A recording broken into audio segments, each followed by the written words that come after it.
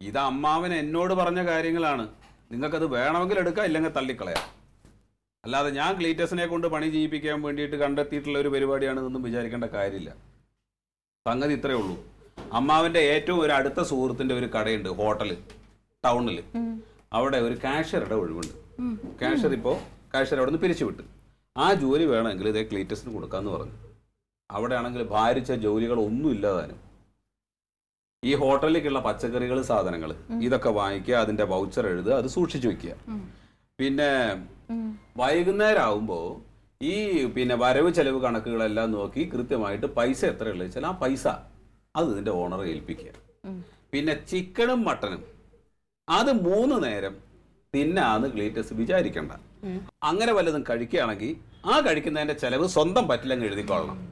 പിന്നെ എല്ലാ മാസവും 1-ാം തീയതി എന്നുണ്ടെങ്കിൽ ഒരു 4 മണിയാകുമ്പോൾ 10,000 രൂപ ഈ ക്യാഷ് നിന്ന് സ്വന്തമായിട്ട് എഴുതിയെടുക്കാം. ഇത്രയും സൗകര്യമുള്ള ഒരു പണി അവന് വേറെ എവിടെയും കിട്ടൂല. വേണമെങ്കിൽ ആലോചിച്ചോ, ഇല്ലെങ്കിൽ തള്ളിക്കളയും.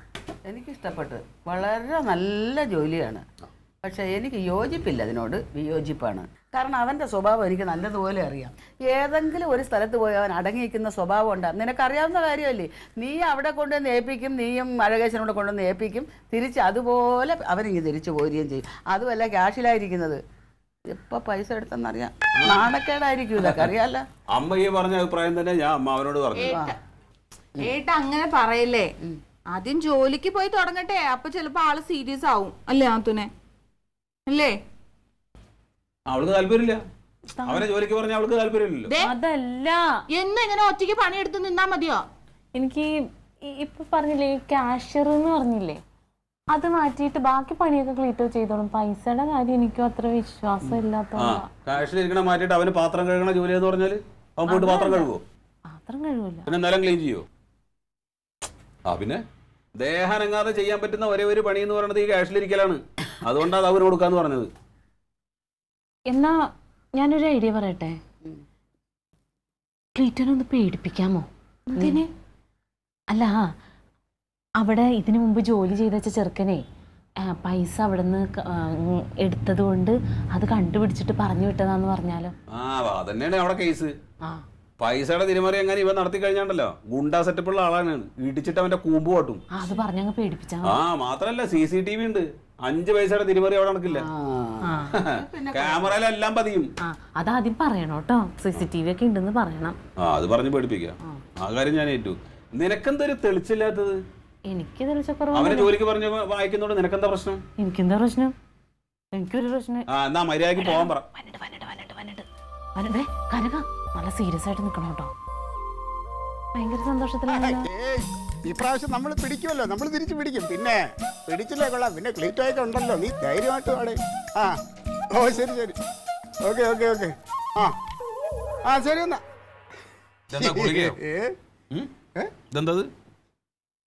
ഇത് സന്തോഷം വരുമ്പോ നമ്മൾ കഴിക്കുന്ന സാധനം. ഇന്ന് കാക്ക പറക്കുന്നത് എന്തോന്ന്? ഭയങ്കര സംഭവം. നമ്മളെന്തേലും മേടിച്ചോണ്ട് വന്നു കഴിഞ്ഞാൽ പിന്നെ അളിയന് കാക്ക പറക്കും, കോഴി പറക്കും. സന്തോഷം. അറിയാ, നമ്മുടെ പഞ്ചായത്തിലെ സഹകരണ സംഘമില്ലേ, അതിന്റെ തെരഞ്ഞെടുപ്പ് അടുത്ത മാസമാണ്. പാർട്ടി പുതിയ പാനൽ ഇറക്കിയിൽ ഞാനും കൊണ്ട് മെമ്പറായിട്ട് മത്സരിക്കാൻ. അതാണ് ഇപ്പൊ അത്ര വലിയ കാര്യം. അല്ല, അത് അത്ര വലിയൊരു സംഭവമാണോ? ഇതെന്താ ഇതിന് വലിയ കാര്യമല്ലേ? കഷ്ടം. എന്തോന്ന് സഹകരണ സംഘം, എന്തോന്ന് ബോർഡ് മെമ്പർ അല്ലേടിയാ. നമുക്കിങ്ങനെ പോസ്റ്റ് കയറുക, ഇറങ്ങുക, ഫീസ് കെട്ടുക, ഇത് മാത്രമല്ലേ അറിയാവൂ. ഒരു ലോകപരിചയമില്ലല്ലോ. വല്ലപ്പോഴും ഒക്കെ പൊതുജനങ്ങളുമായിട്ട് ഇടപെടണം അളിയാ. കഷ്ടം. അതെ, ലഡു എങ്ങനെ ഉണ്ട്? ലഡു ഒക്കെ കൊള്ളാം അളിയാ. അളിയപ്പ അളിയന്റെ സന്തോഷത്തിന് കുറെ സംഗതികളൊക്കെ ചെയ്തല്ലോ. ഇനി ഞങ്ങൾക്ക് സന്തോഷം വരുന്നൊരു കാര്യമുണ്ട്. അല്ല, ഇപ്പൊ എനിക്കിങ്ങനെ ഒരു നല്ലത് വരുമ്പോ എന്റെ ഭാര്യക്ക് എന്തായാലും സന്തോഷമുണ്ട്. പിന്നെ നിങ്ങളെയൊക്കെ സന്തോഷം നിങ്ങൾ വരുത്തിയാലേ പറ്റൂ. അതെ, നീ നിന്റെ ഈ വക തോന്നിയാസങ്ങളെല്ലാം അവസാനിപ്പിച്ചിട്ട് എന്റെ പൊന്നു ക്ലീറ്റസേ, അമ്മാവനൊരു ജോലി ശരിയാക്കിയിട്ടുണ്ട്. ദയവ് ചെയ്ത് നീ ആ ജോലിക്ക് പോകണം. അമ്മാവന്റെ ഒരു കൂട്ടുകാരന്റെ അവിടെ ടൗണിലുള്ള ഒരു ഹോട്ടലാണ്. അവിടെ ഒരു കാഷ്യർ ആയിട്ട് ഇരിക്കണം. വേറെ ഒന്നും ചെയ്യണ്ട. മാസം 10,000 രൂപ കിട്ടും. എന്തായാലും നിങ്ങൾ എല്ലാവരും കൂടെ എനിക്ക് ഒരു നല്ലൊരു ജീവിതം ഉണ്ടാക്കി തരാനുള്ള ശ്രമം നടത്തുന്നുണ്ടല്ലോ. സന്തോഷം. അതെ, നിങ്ങളൊക്കെ എന്നെ പറ്റി എന്താ വിചാരിച്ചേ? നീ എന്താണ് എന്നെ പറ്റി വിചാരിച്ചേ?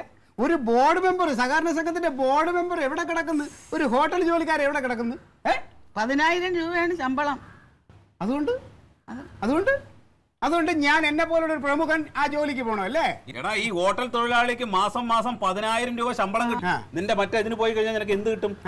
കുന്തം കിട്ടും. കുന്തം കിട്ടുവളിയാ. പൈസ മാത്രമല്ലളിയാ, ഒരു പൊതുപ്രവർത്തകന് എപ്പോഴും പൊതുജനങ്ങളുടെ ആ ഒരു സന്തോഷം, സ്നേഹം, അതാണ് വലുത്. എടാ വീട്ടിലൊന്നും ഒട്ടുക്കി വെച്ച് വിളമ്പി തിന്നിയൊന്നും വേണ്ടേ? അല്ല, ഞങ്ങളുടെ ജീവിതത്തിൽ ഇപ്പൊ എന്താണ് അമ്മ ഒരു കുറവ്? 3-4 നേരമായിട്ട് ഞങ്ങൾ വെച്ച് കഴിച്ച് ജീവിക്കുന്നുണ്ട് അന്തസ്സായിട്ട്, അല്ലേ തങ്കം? ചേട്ടാ ഇപ്പോഴത്തെ പോലെ അല്ല, ഒരു പെങ്കൊച്ചല്ലേ വളർന്നു വരണ്ടേ, അതിന്റെ കാര്യങ്ങളൊക്കെ നടത്തണ്ടേ? അതിന് സമയമാവട്ടെ, അതിനൊന്ന് വളരാൻ അനുവദിക്കും നിങ്ങൾ എല്ലാരും കൂടെ. അതൊന്ന് വളർന്നോട്ടെ. ജോലിക്ക് പോവില്ലയോ? അതെ, ജോലിക്ക് പോണം അല്ലേ?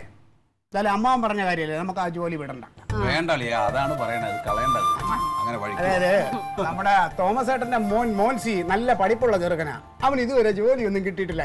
ഈ ജോലി അവനും കൊടുക്കാം. അതിന് അവർക്ക് അതിന് വിവരമുള്ള ഒരുപാട് നല്ല നല്ല ആൾക്കാരുണ്ട്. അവരെ കാര്യം അവർ നോക്കിക്കൊള്ളും, നമുക്ക് നമ്മുടെ കാര്യം നോക്കാം. ആവശ്യമില്ലാത്തൊന്നും ഇടപെടാൻ പോണ്ട. അമ്മ, ഇതേ അവൻ എന്റെ വാർഡിലുള്ള ചെറുക്കനാ. ഞാൻ ഈ ജോലി അവന് കൊടുത്തു കഴിഞ്ഞാൽ അവരുടെ ഹോട്ടലിൽ എനിക്ക് കിട്ടൂലേ? പറഞ്ഞു കേൾക്കില്ലൊക്കെ പിന്നെ നിന്റെ വഴിക്ക് വെക്കും, അതാ നല്ലത്. അതെ, ഞാനൊരു കാര്യം എല്ലായിടത്തോടും പറയാം. എന്നെ നിങ്ങൾ അങ്ങനെ ഈ ഒരു ജോലി തന്നെ ഒരിടത്ത് പിടിച്ചിരുത്താന്ന് വിചാരിക്കണ്ട കേട്ടോ. ക്ലീറ്റോ ഒരു പൊതുപ്രവർത്തകനാണ്, 10 ആൾ അംഗീകരിച്ചിട്ടുള്ള ഒരു പൊതുപ്രവർത്തകനാണ്. അടുക്കളയിലോട്ട് കയറി 3 നേരം വെച്ചോളമ്പി തരും അവള്. എന്താ സമാധാനം ആയല്ലോ? അമ്മ, എവിടെ ഇരിക്കണമെന്ന് ഞാൻ തീരുമാനിച്ചോളാം കേട്ടോ. എടാ, നായിന്റെ പാല് 12 കൊല്ലം കുഴലിട്ട് കഴിഞ്ഞാലും അത് വളഞ്ഞിട്ട് തന്നെ ഇരിക്കുള്ളൂ. വെറുതെ നമ്മളൊരു ശ്രമം നടത്തി നോക്കിയെന്ന് മാത്രം. അത് തന്നെ. ഇത് ഇങ്ങനെ ഞാൻ പറഞ്ഞില്ലേ, ചില പട്ടികൾ ഇങ്ങനെ കുറച്ചോണ്ടേ ഇരിക്കും വെറുതെ, ഒരു കാര്യമില്ലാതെ. വേറെ ഒരു പണിയില്ലടിയാ. നിനക്കെന്തിനാ പണി? പറഞ്ഞു അതിനനുസരിച്ച് അങ്ങ് തുള്ളാൻ നിന്നാണ്. ഞാൻ 8ാം തീയതി ഞാൻ നോമിനേഷൻ കൊടുക്കാൻ പോവുകയാണ്. നിങ്ങൾ എനിക്ക് ജോലി ഒന്നും ഉണ്ടാക്കി തണ്ട. എനിക്ക് ആവശ്യത്തിനുള്ള ജോലി ഇപ്പൊ ഉണ്ട്. നീ ഉന്തം കൊടുക്കും. എന്ത് നോമിനേഷൻ കൊടുക്കാൻ വേണമെങ്കിൽ നീ എനിക്ക് ഊരും പേരും വേണം. നീ ഇവിടെ താമസിക്കാൻ കൃത്യമായിട്ടുള്ള രേഖകൾ വേണം. നിനക്ക് എന്ത് കുന്തൻ രേഖ ഉണ്ട്? എന്തുണ്ട് നിനക്ക്? ഇത് നിന്റെ പെങ്ങളാണെന്നുള്ളതിന് നിനക്ക് സംശയമൊന്നുമില്ലല്ലോ. ആ രേഖ മതിയോ നിനക്ക് നോമിനേഷൻ കൊടുക്കാൻ? അവളുടെ കെട്ടിയനാണ് ഞാനെന്നുള്ളതിന് നിനക്ക് സംശയമൊന്നുമില്ലല്ലോ. ഉണ്ടോ? അമ്മയ്ക്കുണ്ടോ? നിനക്കുണ്ടോ ജമന്തി? പിന്നെ അളിയാ, നീ ഒരു കാര്യം മറക്കരുത്. ഇപ്പൊ നിന്നെ ഇവിടെ അറിയപ്പെടുന്നത് ക്ലീറ്റോട് അളിയെന്ന പേരില്ല.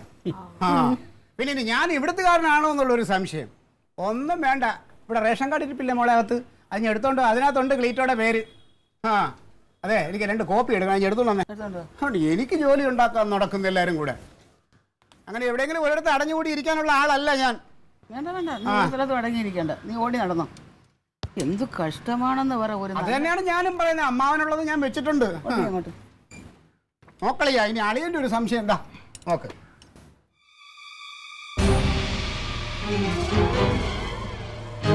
ഇതിൽ എന്റെ പേരില്ല. ഇതിൽ എന്റെ പേര് എന്ത് ചെയ്ത്? പേരുണ്ടാവും അതില്. ഉണ്ടാവും. അതിൽ എവിടെയാ കൊച്ചാ എന്റെ പേരില്ല അതില്? നിന്റെ പേരെവിടെ?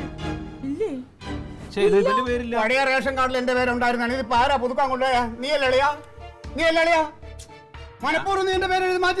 ഞാൻ എന്തിനാ മനഃപൂർവ്വം നിന്റെ പേര് എഴുതി മാറ്റണത്? ദ്രോഹി, നീ ചെയ്യോടാ.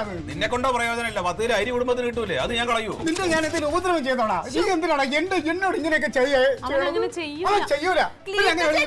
ചുമ്മാ ബേളം വെക്കണ്ട. അമ്മയല്ലേ അന്ന് അവര് വന്നപ്പോ പേരൊക്കെ പറഞ്ഞു കൊടുത്തേ? ഞാനാണോ? നമ്മൾ അന്ന് പുറത്തു പോയി വന്നപ്പോ അമ്മ പറഞ്ഞില്ലേ? നേരെ അമ്മ പറഞ്ഞായിരുന്നല്ലോ അന്ന് റേഷൻ കാർഡില് പേര് ഒക്കെ എഴുതാൻ വേണ്ടിട്ട് ആൾക്കാർ വന്നായിരുന്നു. നമ്മൾ അന്ന് പുറത്തു പോയപ്പോ. ഇവനാണോ എഴുതി കൊടുത്തത്? അത് അമ്മയാണോ എഴുതി കൊടുത്തത്? ഞാനല്ലെന്ന് എന്റെ പൊന്നു ക്ലീറ്റ് പറഞ്ഞെന്നാ നിനക്ക് മനസ്സിലാവാത്തത്. ഇനി മാത്രമല്ല, ഇതെല്ലാം ശരിക്കും എഴുതി കൊടുത്തു കഴിഞ്ഞാൽ ഇവര് തെറ്റടിച്ചു വരുന്നതിനകത്ത്. അങ്ങനെ ഒരു അബദ്ധം പറ്റിപ്പോയതായിരിക്കും ചിലപ്പോ. അവർക്ക് മറന്നുപോയതാണ്. ആ പഴയ റേഷൻ കാർഡ് എടുത്തോണ്ട് കൊടുക്കുക. അതുകൊണ്ട് കൊടുക്കട്ടെ. പഴയ റേഷൻ കാർഡ് നിങ്ങളെല്ലാം കൂടെ പുഴുകി തിന്ന് ഇഷ്ടമായി പോയ അമ്മ. ഇത് അതിൽ പേരുണ്ടല്ലോ. എന്നാലും അമ്മ, എന്റെ അമ്മ ഇല്ലാത്തതിന്റെ കുറവ് ഞാൻ ഇതുവരെ അറിഞ്ഞിട്ടില്ല. നിന്നെ ഞാൻ അറിയിച്ചിട്ടുമില്ല. ഈ വയറ്റിൽ കിടന്ന് വളർന്ന ഞാൻ ഇന്നേ വരെ കരുതിയിട്ടുള്ളത്. അമ്മ, അമ്മയുടെ മോനാണെങ്കിൽ ഇത് അമ്മ ഇങ്ങനെ ചെയ്യും. അമ്മ മനഃപൂർവ്വം ആരോടും ഞാൻ അങ്ങനെ ചെയ്യത്തില്ല. ഇല്ലമ്മ, അമ്മ എന്നോട് ഇങ്ങനെ ചെയ്തല്ല. രണ്ടുപേരും കൂടെ അവിടെ ഇരുന്നിട്ട് കരയും. എനിക്ക് രണ്ടുപേരും ഇരുന്ന് കരയും.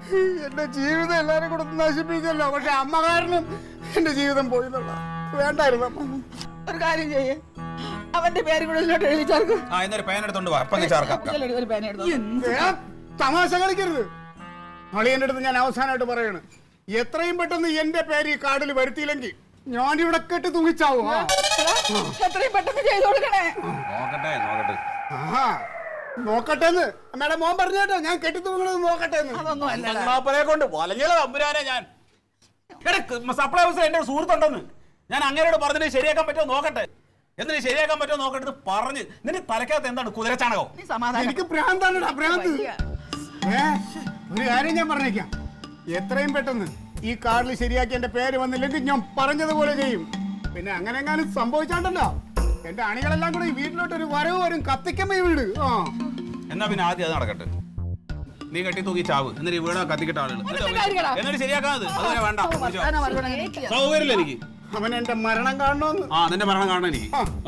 അവൻ എന്ത് പെങ്ങള്, എന്ത് അളിയൻ, എന്ത് ബന്ധം അല്ലടാ. വൃത്തികെട്ടവനെ. ഒന്ന് ഇറങ്ങി പോടാ മാങ്ങാത്തുലിയ.